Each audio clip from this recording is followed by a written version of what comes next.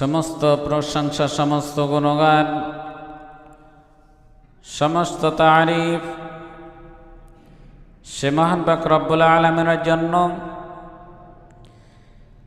যে মহান পাক রব্বুল আলামিন আমাদেরকে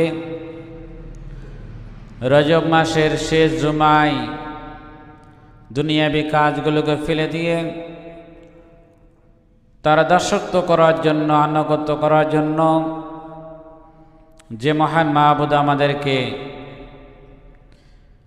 তার পবিত্র জায়গায়, পবিত্র স্থানে এসে তার ইবাদত বন্দি করার জন্য আমাদেরকে সুযোগ দিয়েছেন, সময় দান করিয়েছেন, সে মহান মাহবুদের দরবারে আমরা শুকরিয়া জ্ঞাপন করি। সকলে পড়ে আলহামদুলিল্লাহ।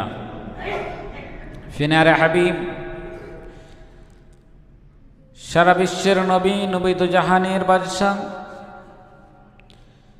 যারা আদর্শিত আমরা আদর্শিত, যিনার আদর্শ বাস্তবায়ন না করলে কোনো ব্যক্তির জন্য জান্নাত পাওয়া সম্ভব নয়, সে মহামানবের প্রতি আমরা ভক্তি পড়া দরুদ পড়ি।